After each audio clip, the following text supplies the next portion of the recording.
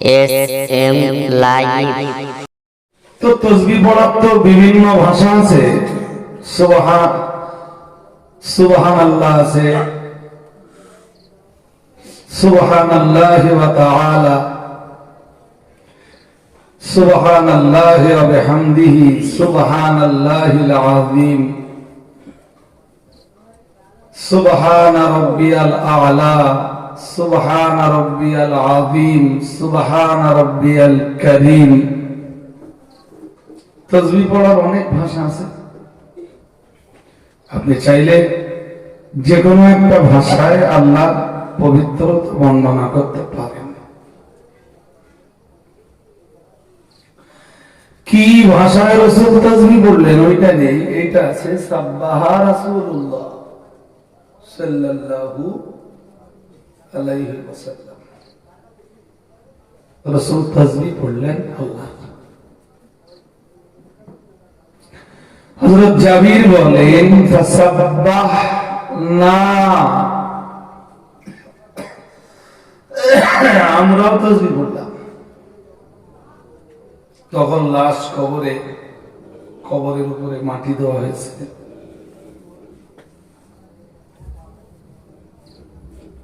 সাব্বাহা রাসূলুল্লাহি সাল্লাল্লাহু আলাইহি ওয়াসাল্লাম ফাসাব্বাহনা সুম্মা কাব্বারা ফাকাব্বারনা। এরপরে রাসূলুল্লাহ আবার তাকবীর পড়তে লাগলেন।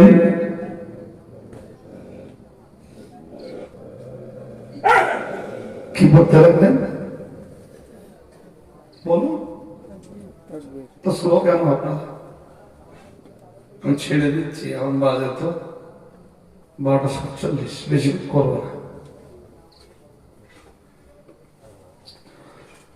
আল্লাহ পাকের নবী সাহাবী হযরত জাবিরের বর্ণনা, সুম্মা কাব্বারা ফাকাব্বারনা। এরপরে রাসূলুল্লাহ তাকবীর পড়তে লাগলেন। রাসূলের তাকবীরের আওয়াজ পেয়ে আমরাও তাকবীর পড়তে লাগলাম। সুবহানাল্লাহ বলেন। কে বর্ণনা করছেন? হযরত জাবির রাদিয়াল্লাহু তাআলা আনহু। নবী তাকবীর পড়তেছেন, সব সাহাবা যারা কবর দিতে এসেছিলেন সবাই তাকবীর পড়ছেন। সাদ ইবনে মুআযের কবর থেকে রাসূলুল্লাহ যেই না পৃথক হয়ে গেলেন, সাহাবারা রাসূলকে জিজ্ঞেস করলেন, লিমা সাব্বাহতা সুম্মা কাব্বারতা ইয়া রাসূলুল্লাহ। হুজুর, আজ আপনাকে সাদ ইবনে মুআযের কবরের ধারে দাঁড়িয়ে তাকে কবরস্থ করার পরে হুজুর আপনাকে তাসবিহ পড়তে দেখলাম, আপনাকে তাকবীর পড়তে দেখলাম। কোন কবরের ধারে দাঁড়িয়ে এমনটা হুজুর পড়তে দেখি না। ইয়া রাসূলুল্লাহ, ইয়া হাবিবাল্লাহ, হুজুর আজ কেন আপনি এমনটা করলেন? রাহমাতুল লিল আলামিন মুহাম্মাদুর রাসূলুল্লাহ সাল্লাল্লাহু আলাইহি ওয়াসাল্লাম বিশ্বনবী বললেন, ও আমার সাহাবীরা শোনো, আমি মুহাম্মদুর রাসূলুল্লাহ সাল্লাল্লাহু আলাইহি ওয়াসাল্লাম দেখতে পাচ্ছিলাম, লাকাদ তাদায়াকাল কবরু আলা হাযাল আবদিস সালেহ। আল্লাহ হাবিব বললেন, সাহাবীরা আমি রাসূলুল্লাহ, আমি বিশ্বনবী দেখতে পাচ্ছিলাম আল্লাহর এই নেক বান্দার কবরটা সংকীর্ণ হয়ে যাচ্ছিল।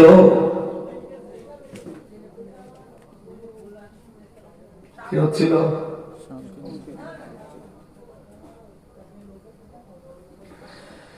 সাদ ইবনে মুআযের জানাজার মাঝে আল্লাহর হাজার হাজার ফেরেশতারা হাজির হয়েছেন, তার কবরটা সংকীর্ণ হয়ে যাচ্ছিল।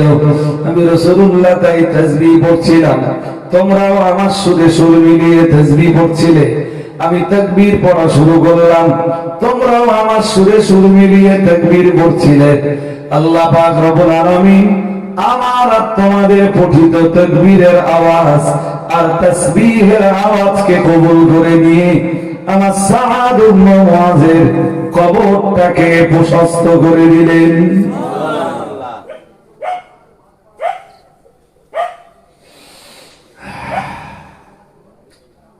কি বোঝা গেল বলেন দিন?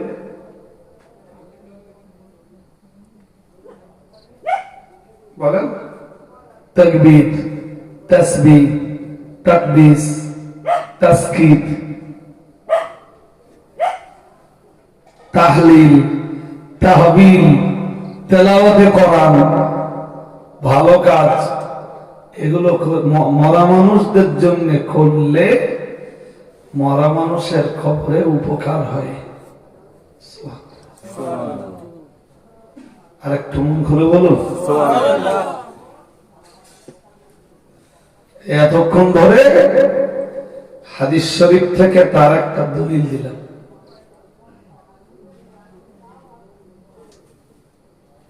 এক শ্রেণীর মানুষ আছে, তারা এটাকে বিশ্বাস করে না, বাট এগুলো আমরা তো বিশ্বাস করি।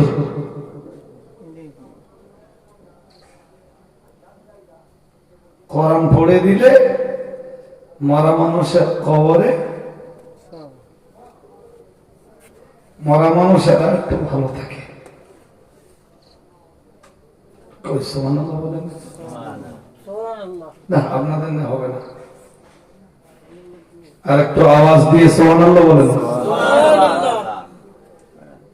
সামনে বছর তো এই মজলিস হলে চেয়ার দেবেন না, চেয়ারে জলসা মজলিসের ঐতিহ্য কমে যায়। চট ভালো, চটের ধুলো হচ্ছে কি বলছি, আমরা একটু ভদ্র হয়ে গেছি।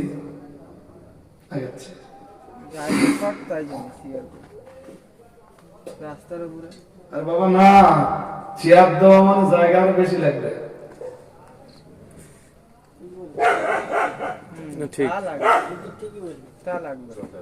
আপনারা ভাবতেছেন যে চট দিলে জায়গা কম, চেয়ারে জায়গা আরো বেশি লাগে। বুদ্ধি উল্টো হয়ে যাচ্ছে না? বুদ্ধি উল্টো হয়ে যাচ্ছে, রাস্তা বলে চেয়ার টেবিল ব্যবস্থা করেছে। এটা করবেন না, এটা চট ভালো।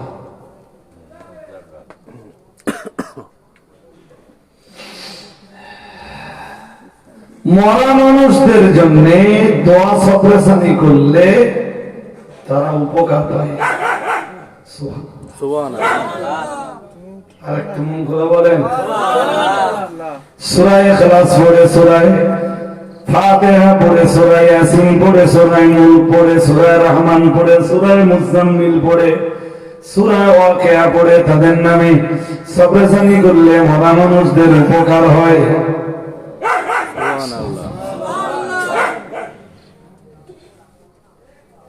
সাদ ইবনে মুআযের কবর সংকীর্ণ হচ্ছিল, রাসূল শুধু কি বলেছেন?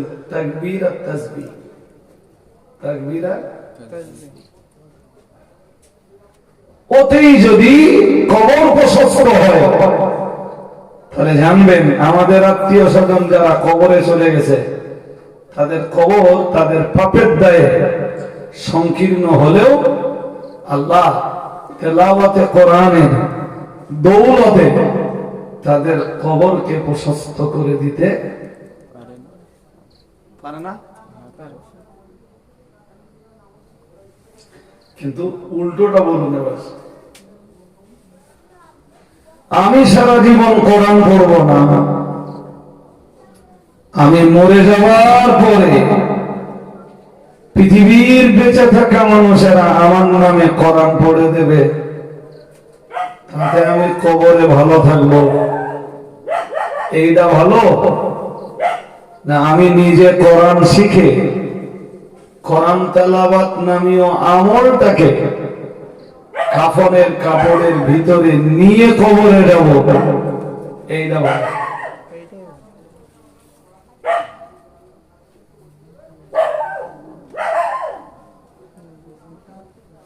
বলবেন তো?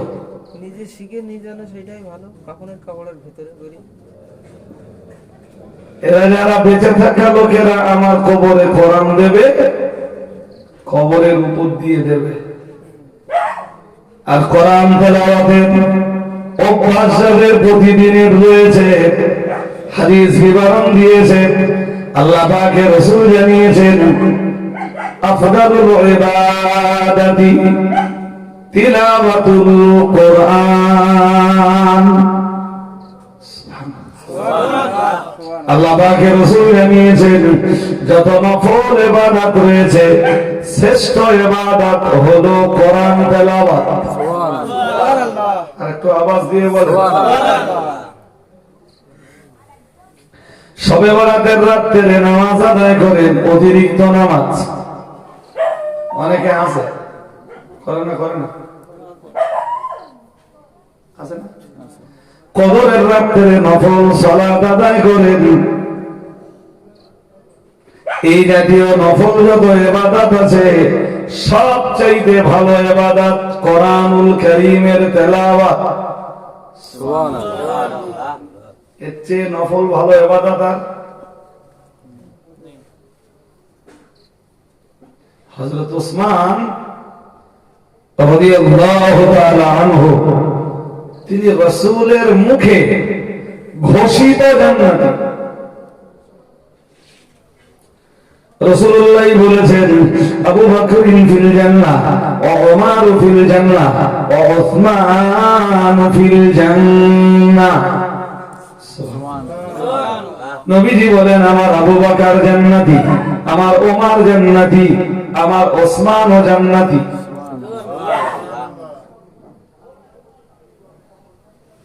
আবু বকর জান্নাতি, ওমর জান্নাতি, ওসমানও জান্নাতি। যে ওসমানে গনিকে রাসূলুল্লাহ জান্নাতের মানুষ বলে ঘোষণা দিয়েছেন, ওই ওসমানে গনি যখন ওই ওসমানে গনি বেশি বেশি পরিমাণ কোরআন তেলাওয়াত করতেন, এত বেশি কোরআন তিনি তেলাওয়াত করেছেন, কোরআনের দুটো মাসহাফ বই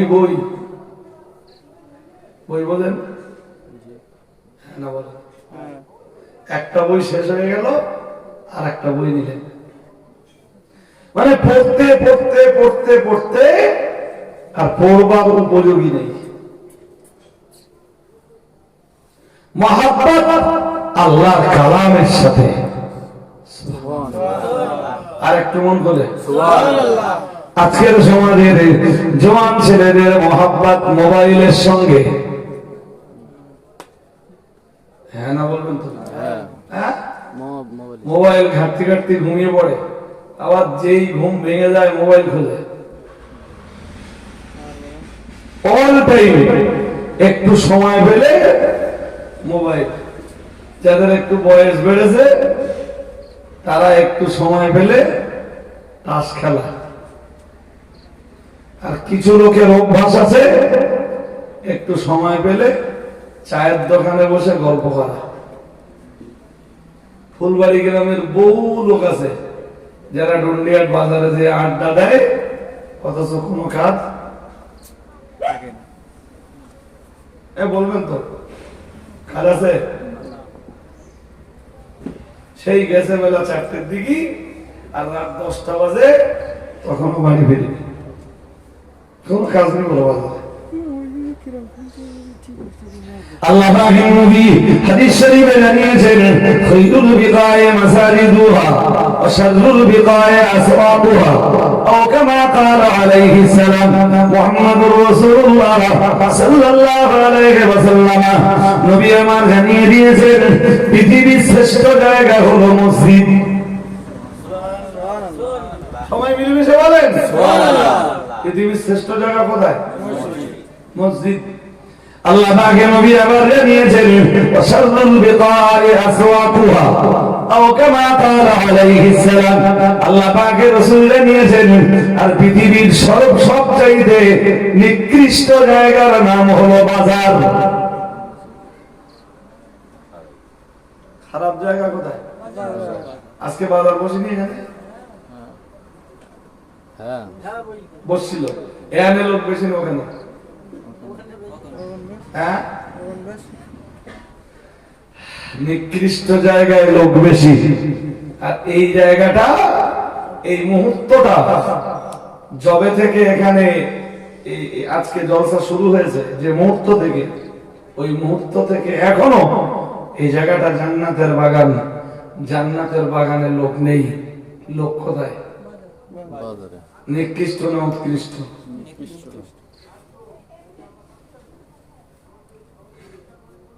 এইটাই মানুষের ফয়সালা। মানুষ এখনো সিদ্ধান্ত নিতে পারিনি আমার জন্য কোনটা ভালো আর কোনটা খারাপ। আমার জন্য বাজার ভালো নাকি আমার জন্য মসজিদ ভালো? আমার জন্য বাজার ভালো নাকি দুনিয়া? ওয়াজ নসিহতের মাহফিল, জিকিরের মজলিস, কোরআন আলোচনার মাহফিল, হাদিস আলোচনার মাহফিল। আল্লাহ পাকের কোরআন জানিয়েছে, ওয়াইযা কুরিয়াল কুরআনু ফাসতামিউ লাহু। আল্লাহ জানিয়েছেন, যে মজলিসে কোরআন তেলাওয়াত হয়, যে মজলিসে কোরআনের আলোচনা হয়, যে মজলিসে কোরআনের ব্যাখ্যা বিশ্লেষণ হয়, আল্লাহ পাক রব্বুল আলামিন জানিয়েছেন, ফাসতামিউ লাহু, তোমরা ওই মজলিসে আমার কোরআনের আলোচনা মনোযোগ দিয়ে শোনো। আল্লাহ পাক রব্বুল আলামিন জানিয়েছেন, ওয়ানসিতু, এবং আমার কোরআনের আলোচনার মজলিসে একটা নীরবতার পরিবেশ তৈরি করো। শুধু একটাই আওয়াজ, কোরআন তেলাওয়াতের আওয়াজ, চতুর্দিকে কোনো আওয়াজ হবে না। শুধু আমি আল্লাহ, আমার কোরআনের তেলাওয়াত হবে। আমি আল্লাহ পাক রব্বুল আলামিন বলছি, লাআল্লাকুম তুরহামুন, আশা করা যায় তোমাদের প্রতি আমার রহমত নাযিল হবে। সুবহানাল্লাহ। আরেকটু মন খোলা বলেন সুবহানাল্লাহ। এটা কোরআন তেলাওয়াত, কোরআনের আলাদা জানার জায়গা। এই জায়গায় আসলে রহমত নাযিল হবে। অথচ মানুষ এই জায়গাটাকে ছেড়ে বাজার নিয়ে বেশি ব্যস্ত। হ্যাঁ কিনা বলবেন তো? মানুষ এখনো ডিসাইড করতে পারেনি, মিন্স সিদ্ধান্ত নিতে পারেনি যে তার জন্য কোনটা ভালো, এইটা না ওইটা।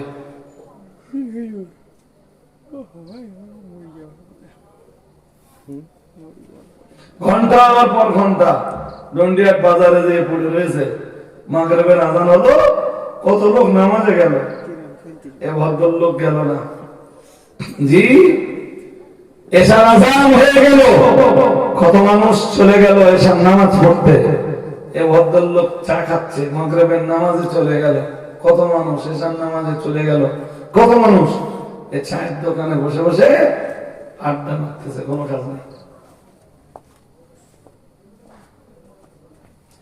আল্লাহ পাকের রাসূল জানিয়েছেন, নি'মাতানি মাগবুনুন ফীহিমা কাসীরুম মিনান নাস, আও কামা ক্বালা আলাইহিস সালাম।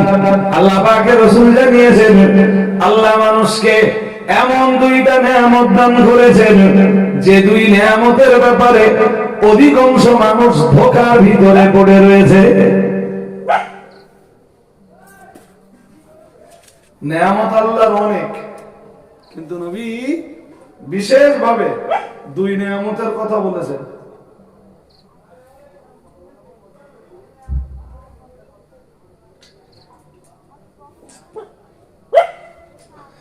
দুই নিয়ামতের কথা নবী বিশেষভাবে উল্লেখ করেছেন। বললেন যে মানুষের জন্য এমন দুই নিয়ামত আছে, যে দুইটা নিয়ামত, যে দুইটা নিয়ামতের ব্যাপারে অধিকাংশ মানুষ ধোঁকায় পড়ে আছে। আল্লাহর নিয়ামতের কি করতে হয়? শুকরিয়া জ্ঞাপন করতে হয়। কি করতে হয়?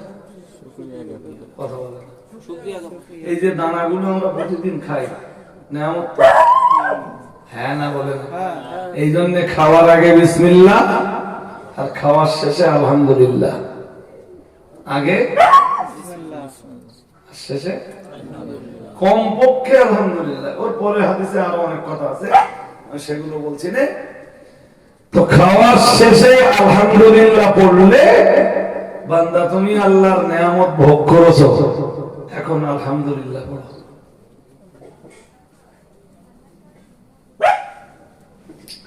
আল্লাহ পাকের কোরআন জানিয়েছে সুম্মা লাতুসালুন্না ইয়াওমাইদিন আনিন নাঈম। মহান আল্লাহ জানিয়েছেন সুম্মা লাতুসালুন্না, আল্লাহ পাক রব্বুল আলামিন জানিয়েছেন অবশ্যই তোমাদেরকে জিজ্ঞাসা করা হবে ইয়াওমাইদিন, সেদিন আনিন নাঈম, নিয়ামত সম্বন্ধে অবশ্যই তোমাদেরকে জিজ্ঞেস করা হবে। কি জিজ্ঞেস করা হবে? আল্লাহর এই নিয়ামতগুলো পাওয়ার পরে কতটা শুকরিয়া জ্ঞাপন করেছো। জীবন দিয়েছেন রে আল্লাহ, যৌবন দিয়েছেন সেই আল্লাহ, তোমার যৌবনের সঙ্গী হিসাবে তোমার জুড়ি সৃষ্টি করেছেন সেই আল্লাহ, তুমি বিবাহ করেছো, তোমাকে সন্তান দিয়েছেন সেই আল্লাহ, ঘর বাড়ি করবার মতো ক্ষমতা দিয়েছেন সেই আল্লাহ। না আমরা আমাদের ক্ষমতায় করেছি? জোর করে বলবেন তো? সব কি কই নিয়ামতের শুকরিয়া আদায় করলাম, কই গরুর গোশত দিয়ে দুপুরবেলা ভাত খেলাম, অথচ জোহরের নামাজ পড়লাম না।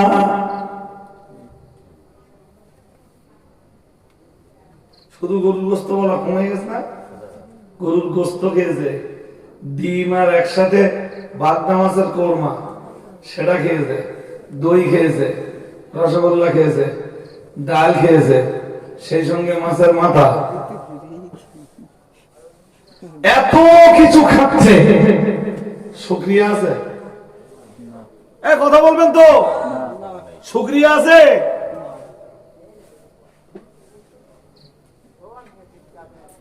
খাওয়ার পরে আলহামদুলিল্লাহ পড়তে হয়, সেও পড়িনি, বাড়ি যাচ্ছে আর বলতেছে ডালটা ধরে মতো লেগেছে, গোস্তটা খেতে দেবে না বললে ধান বেশি দিয়েছে।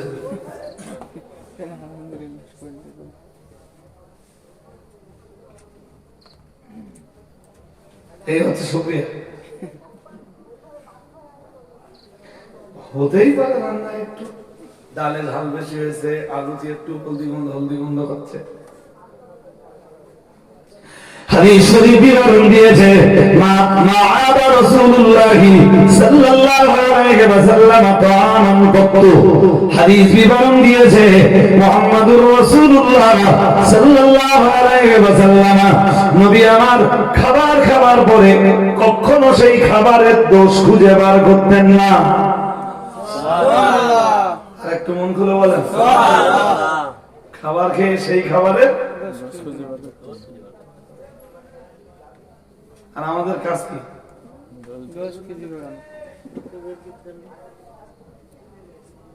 এদিকে তো আওয়াজ হচ্ছে না, বাজার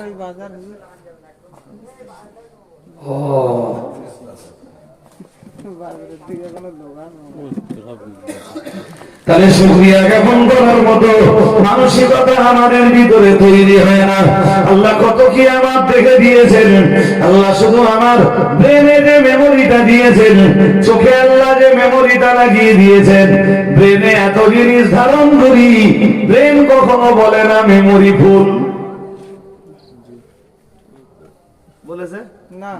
কথা বলে না। শুকরিয়া আদায় করেছি না, চোখ দিয়ে এত জিনিস দেখি, চোখ সেগুলোকে ধারণ করে নেয়, অথচ চোখের মেমোরি কোনদিন বলে না আমি ভুল। এই মোবাইল গুলোতে দুই রকম মেমোরি থাকে, একটাকে বলে ইন্টারনাল, আর একটাকে বলা হয় এক্সটার্নাল।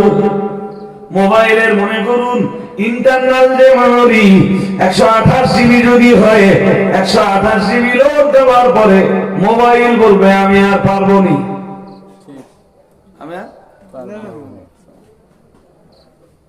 কি মেমোরি আল্লাহ দিয়েছেন, কি দারুণ মেমোরি আল্লাহ এই ব্রেনে লাগিয়ে দিয়েছেন। ব্রেনও কখনো বলিনি নেব না, চোখও কখনো বলিনি নেব না। আর কেমন গুলো বলে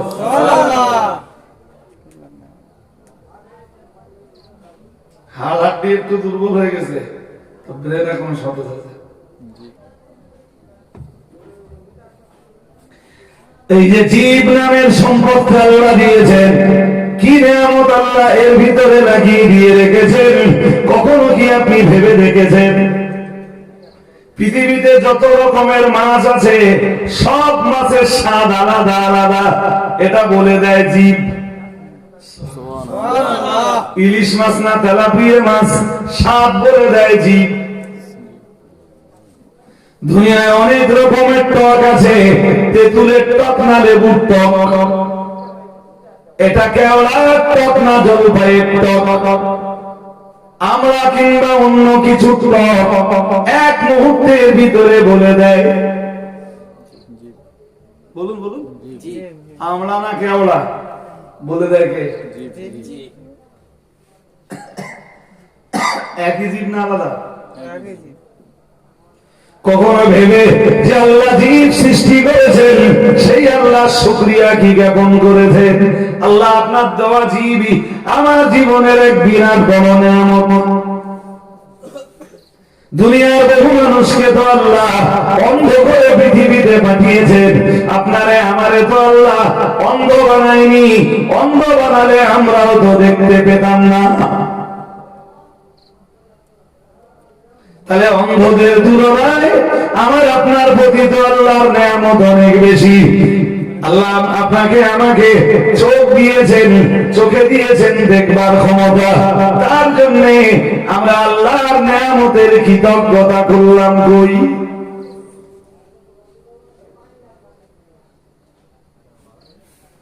দুনিয়ার কত মানুষ রয়েছে যারা রেল লাইনের ধারে বসবাস করে, যাদের বসবাসের এমনি কোন জায়গা নেই, স্থায়ী কোন জায়গা নেই, দু কাঠা জমি কিনতে পারিনি। আপনি আপনার নিজের বা নিজের কেনা জায়গায় অথবা আপনার বাবার জায়গাতে আপনি বিরাট দুতলা বাড়ি তৈরি করলেন, আপনি আল্লাহর নিয়ামতের শুকরিয়া জ্ঞাপন করলেন কই?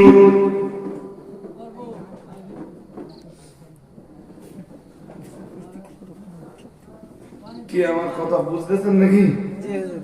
হ্যাঁ, বুঝতে পারতেছি, এসব করা হয় না।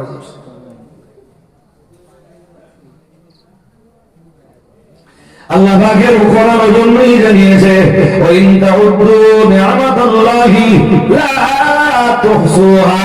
মহান আল্লাহ জানিয়েছেন, ওয়া ইন তাউদ্দু নি'মাতাল্লাহি, মহান আল্লাহ জানিয়েছেন তোমরা যদি আল্লাহর নিয়ামতগুলোকে গণনা করতে থাকো, গণনা করতে করতে করতে করতে তোমাদের জীবন শেষ হয়ে যাবে। আমি আল্লাহ আমার নিয়ামতের গণনা কখনোই করে তোমরা শেষ করতে পারবে না। আরেকটু মন খুলে বলেন তোমাদের জীবন শেষ হয়ে যাবে, আমার নিয়ামতে গণনা করে শেষ করতে পারবে না। মাঠে তোমরা চাষ করতে যাও, শুধু দানাগুলো বপন করে আসো, আসলে চাষ তো তোমরা করো না বান্দা, আসলে তো চাষ করি আমি আল্লাহ। ওই দানা থেকে গাছ বার করা, ওই গাছকে বড় করা, ওই গাছে ফুল ধরানো, ওই গাছে ফল ধারণ করানো, সব তো আমি আল্লাহ আমার কুদরতি কবজায়। ঘুম পাচ্ছে নাকি? হ্যাঁ, সুতরাং নিয়ামতের শেষ বলেন, নিয়ামতের শেষ নেই, আর শুকরিয়া জ্ঞাপনেরও শেষ নেই। বাট আমরা নাফরমান। ইন্নাল ইনসানা লিরাব্বিহি লাকানুত। মহান আল্লাহ জানিয়েছেন মানুষ চরম অকৃতজ্ঞ, মানুষ চরম কৃতজ্ঞতা করে নাই মানুষ। আমি সব নিয়ামতের কথা ছেড়ে দিলাম। আল্লাহ পাকের নবী জানিয়েছেন নিয়ামাতানে মাগবুদুন ফীহিমা কাসীরুম মিনান নাস, ও কামা ক্বালা আলাইহিস সালাম। আল্লাহ পাকের নবী জানিয়েছেন এমন দুইটা নিয়ামত আছে, আল্লাহ পাকের হাবিব জানিয়েছেন যে দুইটা নিয়ামতের ব্যাপারে অধিকাংশ মানুষ ধোঁকায় পড়ে আছে। কয় নিয়ামত? কয় নিয়ামত?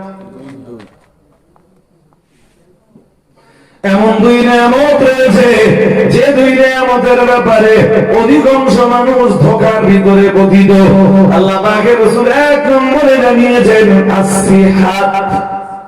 চার বাংলা মানে হলো আল্লাহ পাকের হাবিব জানিয়েছেন সুস্থতা। ও জওয়ান যুবক ছেলেরা, তোমার দেহ এখন তাজা, তোমার গায়ে টকবগে রক্ত, তোমার দেহ এখন সুস্থ। এই সুস্থতার জীবন কত বড় নিয়ামত আল্লাহর। তুমি কলকাতার বড় বড় হসপিটালে যে একবার ঘুরে এসে দেখতে পারো।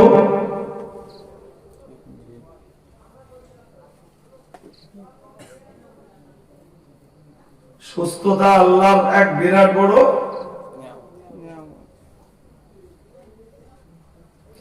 তোমার মতো কত জওয়ান ছেলে হসপিটালের বেডে শুয়ে রয়েছে, 10 দিন 15 দিন 20 দিন 25 দিন 30 দিন 1 মাস 1.5 মাস ডাক্তার শুধু শুয়েই রেখেছে। 1.5 মাসের ভিতরে ডাক্তারের দেহে কোনো রোগ খুঁজে পায়নি। আবারও বেড থেকে, হসপিটালের বেড থেকে নিজেও উঠতে পারে না। আমি তার সাক্ষী।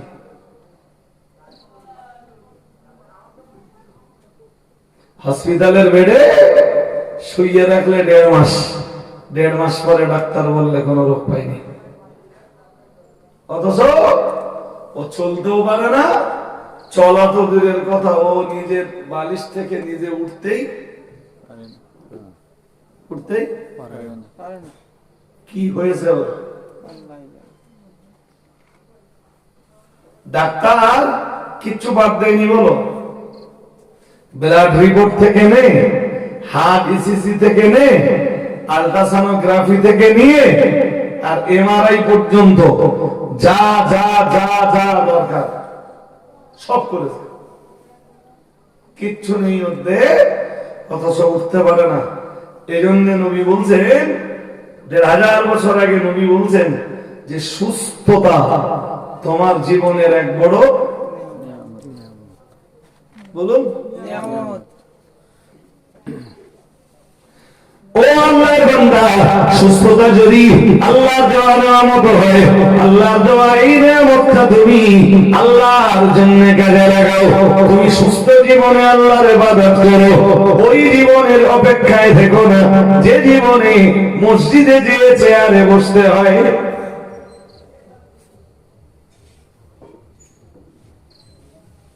ওই জীবনে সালাত আদায় করার কথা ভেবো না তুমি, ওই জীবনে ভালো হয়ে যাওয়ার কথা ভেবো না যে জীবনে তুমি আজ সঠিকভাবে সাজদা দিতে পারবে না। ওই জীবনে যে নামাজি হওয়ার কথা ভেবো না যে জীবনে তুমি ঠিকঠাক রুকু করতে পারবা না। কত মুসলমানের বাচ্চা রয়েছে মসজিদে যায়, নামাজে বসতে জানে না, পাটাও ঠিকঠাক ভাঙতে জানে না। আছে না নেই? জোর করে বলেন। হ্যাঁ, কত মুসল্লি রয়েছে রুকু করতে পারে না, কত মুসল্লি রয়েছে ঠিকঠাক ভাবে সাজদা দিতে পারে না। ও আল্লাহর জওয়ান বান্দা, তোমার দেহটা এখন সুস্থ, তোমার এই সুস্থ জীবনটাকে তুমি আল্লাহর ইবাদতের কাজে লাগাও।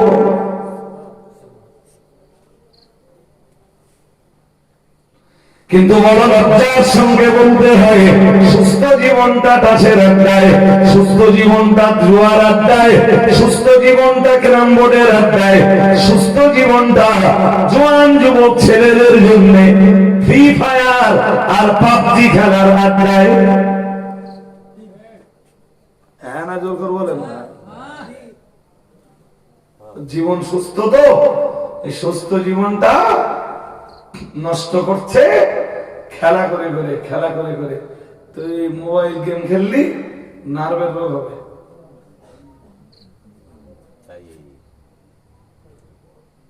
কিছু বলতেছেন না কেন? হ্যাঁ না বলে কি হবে বলেছি, বিশ্বাস হয় না?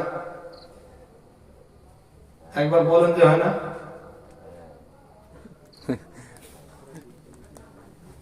একবার বলে দেখেন যে আমার বিশ্বাস হয় না। বলবার কোন রাস্তা? কোন রাস্তা?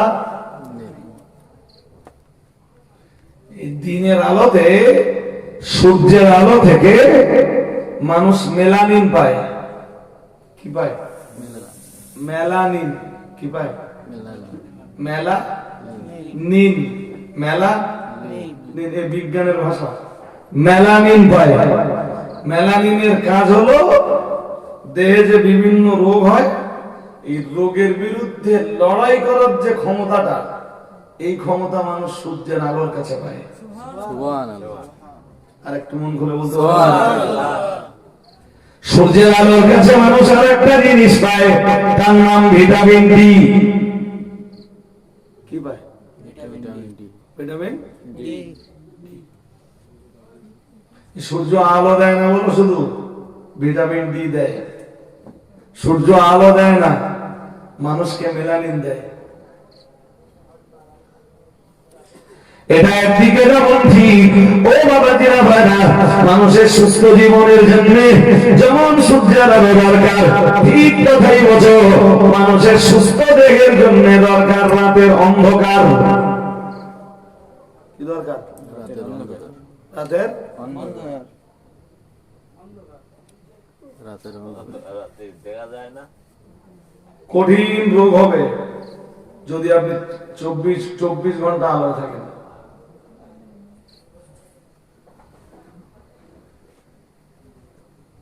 শুনছেন? এই জন্য রাসূলুল্লাহ রাত্রে শোয়ার সময় ঘরের সমস্ত আলো নিভিয়ে দিতেন। অনেকে বলে না যে ঘরে একটা জিরো অন্তত জ্বলুক, জিরো জ্বলবে না।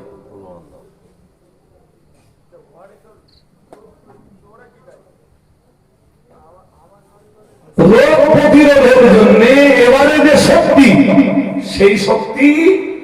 সেই শক্তি রাতের অন্ধকার থেকে দেহ শোষণ করবে। আমি এত বেশি আলোয় থাকি বলে দিনের বেলাতে 1 ঘন্টা ঘুমালে পুরো জানালা দরজা সব বন্ধ, পুরো ঘর অন্ধকার।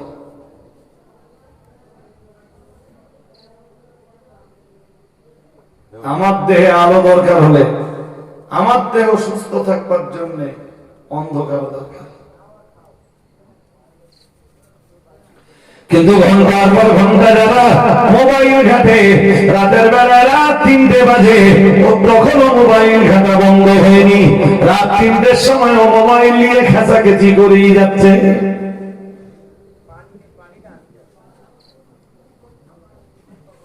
হ্যাঁ না বলবেন তো?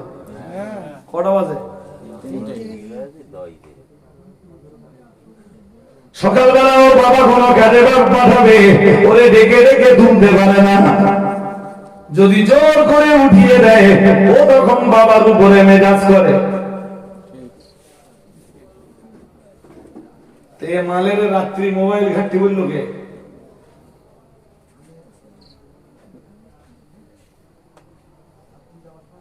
ওর বাবা ওরে সবজির জমিতে পাঠাবে, ব্যবসার কেন্দ্রে পাঠাবে। সকালবেলা ফজরের নামাজ পড়ে ডাকছে, ওঠে না। অনেক ডাক্তার পরে উঠে, ও উল্টো ওর বাবার উপরে মেজাজ শুরু করলে। কে বলেছিল তোর রাত 3:30 পর্যন্ত মোবাইল চালাতে যেই না ফজরের সময় হলো, মোবাইলটা এক সাইডে রেখে মালেবার ঘুমিয়ে গেল। সবার যখন ঘুম ছেড়ে উঠবার টাইম, যে টাইমটা পৃথিবীতে আল্লাহ রহমত নাযিল করেন, যে টাইমটা পৃথিবীতে আল্লাহ বরকত নাযিল করেন, যে সময়টা রহমত আর বরকত নাযিল হওয়ার টাইম, ও ঠিক ওই টাইমটায় ঘুমিয়ে। তার মানে আল্লাহ তোমার নাযিল করা রহমত আর বরকতের আমার আর কোনো দরকার নেই। যেইরা ফজরের আযান হয়ে যায়, আল্লাহ রহমত আর বরকতের দরজা খুলে দেয়। ওই সময় ঘুম ছেড়ে যারা উঠে, মেসওয়াক করে, উযু করে, ফজরের নামাজ আদায় করে, নামাজের মুসাল্লায় বসে বসে তাসবিহ তাহলিল তাকবীর পড়ে, এবং যারা কোরআন তেলাওয়াত করে, তারাই আল্লাহ নাযিল করা রহমত আর বরকতের হকদার হয়ে যায়। আরেকটু মন খুলে বলে সুবহানাল্লাহ।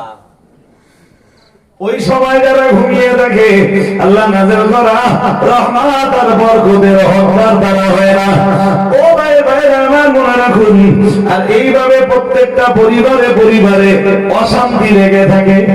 এ সমাজের এমন বহু ভাই আছে সুস্থ দেহ, রাত 12টা পর্যন্ত খেলার মাঠে বসে তাস খেলেছে, আছে না নেই? হ্যাঁ আছে। বাড়ির ভাবিরা সারাদিন কি পরিশ্রম করছে, বাচ্চা কাচ্চা লালন পালন করা, এতগুলো লোকের জামা কাপড় কাচা, জি বাড়ির রান্না বান্না করা, হাঁস মুরগি আছে গরু আছে সেগুলো দেখভাল করা, জি এই বাচ্চা কাচ্চা গুলো সব দায়ভার বহন করা, জি এত কিছু করার পরে রাত 9টার সময় যে শুয়েছে এর কোনো কাজ নেই, রাত 12টার সময় এবার এসে হই হই করতেছে। এরাম এরাম প্লেয়ার আছে না নেই? জোর করে বলবেন তো আছে। স্বামী যদি এক কাজে বাইরে থাকে, আমরা কোনোদিন রাত 2টো, কোনোদিন 2:30, কোনোদিন 3টে বাড়ি যেয়ে দরজায় কেটে দিয়ে এরম আওয়াজ দিতেই ওদের ঘুম ভেঙে যায়।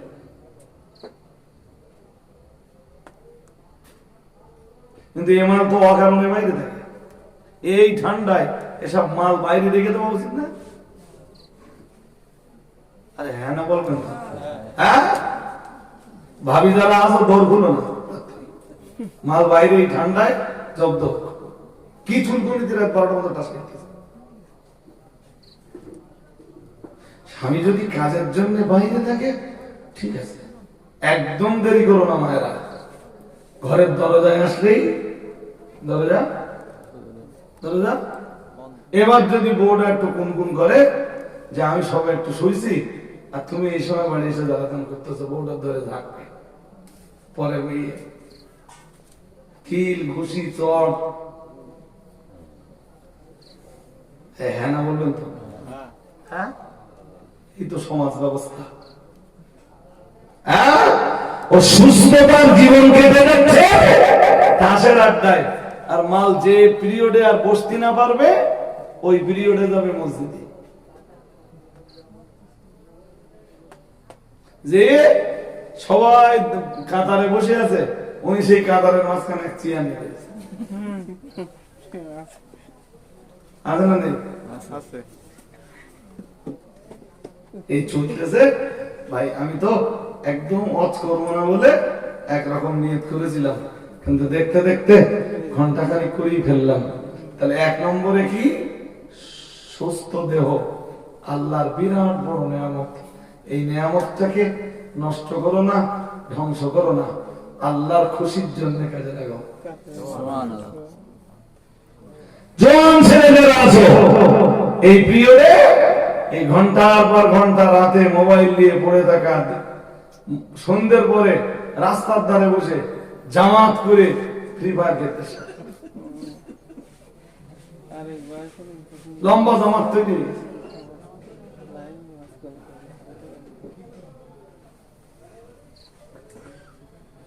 আর আপনারা যারা বাবা আছেন আপনারা তো কিছু বলেন না।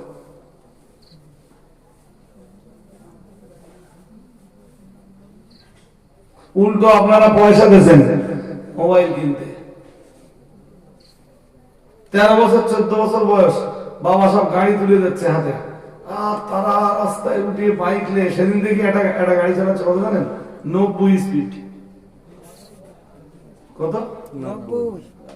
না আমি বলতে থেকে বেরিয়েছি, আমার তো বুলেট গাড়ি, বুলেটের তো পিক আপও সাংঘাতিক, কন্ট্রোলও খুব তাড়াতাড়ি। আমার আগে চলে গেল খুব দ্রুত গতিতে, আমি এই মালের তাড়ি ধরতে হবে, ধরলাম। তা আমার বেশিক্ষণ লাগে, আমি 90 স্পিড তুলে হবে ধরে ফেলবো। আমি অত জোরে গাড়ি চালাই না, খুব বেশি হলে 60। তো এমনি বাইকে 60 আর বুলেটের 60 অনেক ফারাক। বুলেটের এমনি বাইকে 30 আর বুলেটের 60, তাও বুলেট আগে কন্ট্রোল হবে।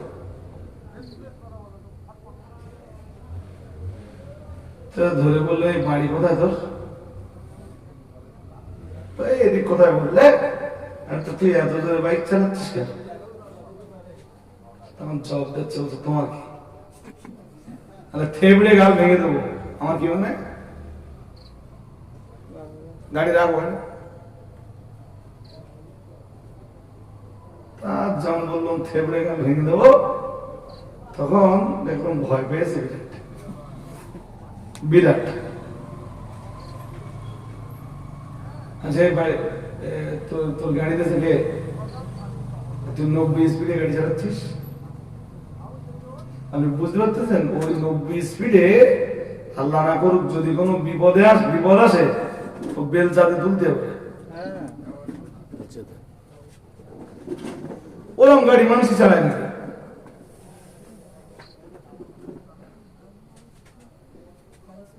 আর আমার জীবনে আমি কত ছেলেকে দেখেছি অ্যাক্সিডেন্ট করতে আমার চোখের সামনে। খবরদার এই সমস্ত এই চ্যাং সাবাইলে টাইপের যারা এদের তো বাইক দেবেন না। আমার ছেলের বয়স 16 বছর, এখনো গাড়ি কোনোদিন স্টার্ট করিনি, আমি গাড়ি চালাবি না কোনোদিন। আমার বাড়ি 1টা 2টো 3টে 4টে 5টা বাইক, কোনোদিন গাড়িতে হাত দেয় না। তো আমি তুই জামিয়া যাবি, জামিয়া পড়ে আমি তোর বাবুজি বলবি বাবুজি আমার গাড়ি করে পৌঁছে দিয়ে আসবে। আবার যেদিন তোর বাড়ি আসার দরকার হবে সেদিন আমি বাবুজি বলবি বাবুজি তো নিয়ে আসবে। বাট এখন তোমার গাড়ি চালানোর বয়স নয়, যতদিন বুদ্ধি না পাকবে ততদিন আমি বাইক দেবো না। ইস, হাদিস শরীফ বিবরণ দিয়েছে, আল্লাহ পাকের রাসূল জানিয়েছেন আল-ইজলাতু মিনাশ শাইতান, আও কামা ক্বালা আলাইহিস সালাম। নবী আমার জানিয়ে দিয়েছেন আল-ইজলাতু মিনাশ শাইতান, যার বাংলা মানে হলো নবী জানিয়েছেন যে কাজ তাড়াতাড়ি করা হয় সেই কাজের সঙ্গে শয়তান থাকে। নাউযুবিল্লাহ বলেন। নাউযুবিল্লাহ। ওই জোরে এত জোরে বাইক চালাচ্ছে কিসের চাকাও? দেখবেন এইভাবে যারা বাইক চালায় রাস্তার ধারে দাঁড়িয়ে থাকা কত মানুষ তাদেরকে গালি দেয়, কত মানুষ তাদেরকে বদদোয়া দেয়, কত মানুষ বলে সাদাতে মরবে। এ বলে না বলে না এরকম বলে না বলে না অনেকেই বলে তো মানুষের বাচ্চা না। একটা গ্রামের ভিতরে বাইক চালাচ্ছে 80 স্পিড, তা গ্রামের লোকেরাই বলছে শালা মরবে যে। আর একজন বললে এই মানুষের বাচ্চা না, তো আরো যেগুলো বলে সেগুলো আমি মাইকে বলতে পারছি না। রাসূলুল্লাহ শুধু নামাজ শেখাতে আসেননি, শুধু রোজা শেখাতে আসেননি, হজ শেখাতে আসেননি, শুধু যাকাত শেখাতে আসেননি। মুহাম্মদুর রাসূলুল্লাহ সাল্লাল্লাহু আলাইহি ওয়াসাল্লাম এই নামাজ রোজা হজ যাকাতের সঙ্গে একদিকে সামাজিকতা যেমন শিখিয়েছেন, ঠিক কথাই বলছো 1000 বছর আগে রাসূলুল্লাহ একজন মানুষের চলনের স্টাইলটা কেমন হবে সেটাও আমার নবী 1500 বছর আগে শিখিয়ে দিয়েছে। আরেকটু মন খুলে বলেন কোন দরকার নেই বলো। ওই যেটা 80 বাইক চালাচ্ছে ওর 80 কোন কাজে ব্যস্ত না, বলো ফাও চালাচ্ছে। হ্যাঁ না বলবেন তো? ওর কোন কাজ আছে? কোন কাজ আছে? সাবধান, সাবধান হন জওয়ান যুবক ছেলেরা। তোমাদের এই জওয়ানি টাইমটা ফ্রি ফায়ার পাবজি খেলে শেষ করো না। রাত 3টে বাজে তখনও মোবাইলের স্ক্রিন লাইটটা চোখে পড়ছে, ওর চোখে চোখ হলো গোটা দেহের জন্য একটা জেনারেটর। চোখ কি জেনারেটর? যেমন তার যত দূর আছে তত দূর পর্যন্ত আলো সাপ্লাই দেয়, ঠিক চোখ হলো জেনারেটর। যতদূর শিরা উপশিরা আছে চোখের কাজ হলো চোখ যেটাকে ধারণ করে এটা গোটা দেহের সমস্ত অঙ্গ প্রত্যঙ্গে পৌঁছে দেয়।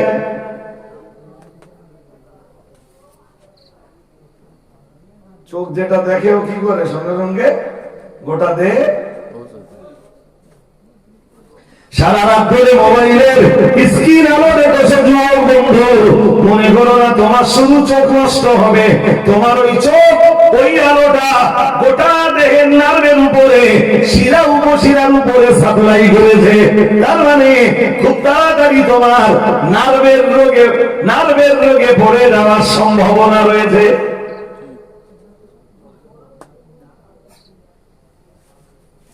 আমি কি বলছি বুঝতেছেন? হ্যাঁ যুবক, তোমার সুস্থ দেহ আল্লাহ বড় নেয়ামত। খেলা করে আর ওই তো ওসব খেলায় আছে শুধু যদ্দূর যে শুনেছি নাকি মার মার মার, এরকম বলবেন না, হিন্দিতেও বলবেন, মার দে মার দে।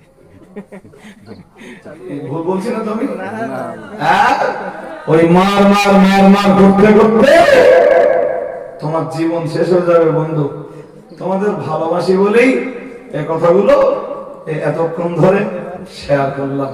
উঠে দাঁড়ান, ছোট্ট করে সালাম পড়ে দিই।